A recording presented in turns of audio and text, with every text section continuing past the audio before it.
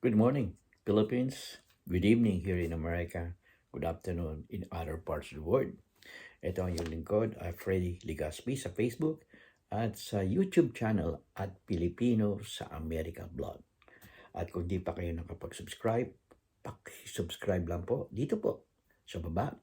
It's libre and magbigay lang po kayo ng comment at bigyan nyo sana ako ng big likes. Okay? At ako ay nagpapasalamat sa inyo at ako'y patuloy na umangat sa channel ko.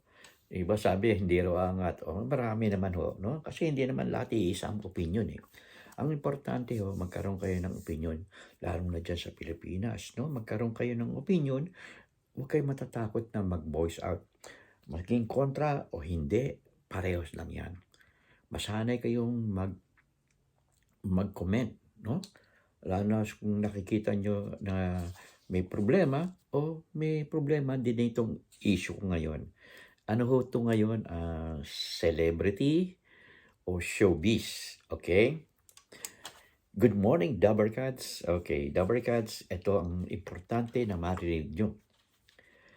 Ang EAT, wow, umabot na ng 1 million views na. Totoo ba to? Wow. At yung ini-introduce ng TBJ, si Ellen, ikaw ay windang nyo kung ano ang version nito. That was last Saturday.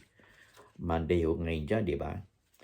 Oh, maganda ho. Pero ang importante ho ay umabot na ho ng 1 billion ang views ng TBJ. Okay? Hindi ko na sasabihin kung ilan nung sa Showtime at sa TV ano, yung Itbulaga ng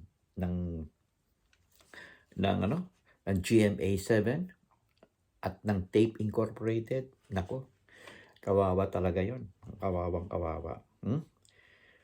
At ito ang importante. Noong nakaraang Sabado, umabot ang ads commercial sa TV ng TBJ ng 114. Wow! Paano ba mapagkakasya ng TBJ yan? 114 ang commercial advertisement. Kasi umabot ba naman kasi ng 1 million? Oh, grabe. Kasi ito, pinanood ko. Unang-una, ito ang pulso ng masa. At ang TBA continuously, puro pasabog. Original na original. Okay? At yung anak daw ni Francis Magalona ay nandiyan na. Ayan, talagang importante. At yung ginagawa ni Lola Belen. Maganda yung ano niya.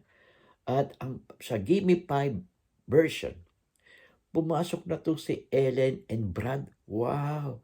Ang ganda ni Ellen. Ito si Brad ay mistiso rin, no? Ang ganda ng ano niya. At si Papa Ethan, wow. At tsaka si Mama Jauzi. Wow, talagang iba-iba ang kanilang ano eh. Hindi maintindihan. Alam niyo, sunod-sunod. Ito ay may maliban doon sa Sugod Bahay. Dito pa lang ang dami ng version. Nag-umpisa yan sa unti-unti. Nung makita ng TBJ na gumaganda, binagdagan, naging serial, bukod pa yung sa Sugod Bahay. Kaya iisipin na lang umabot ng 114 ang kanyang TV ads, sponsorship. Wow! At yung mga ginagawa ni Ellen na para sa kanyang kapatid na si Tash. Si Tash. At ginawa nilang, hindi mo malaman kung ano mangyayari. Nandun sila sa TV screen, si Tash, at nag-uusap silang magkapatid, no? Bigla na lang lumabas si Tash. Wow! In person, nag-iyak pa niyang dalawa. Sabi nung sister niya, hu. Kita nyo? Yung mga inaano natin sa screen, sa mga messaging, nandun din. Kaya napakaganda.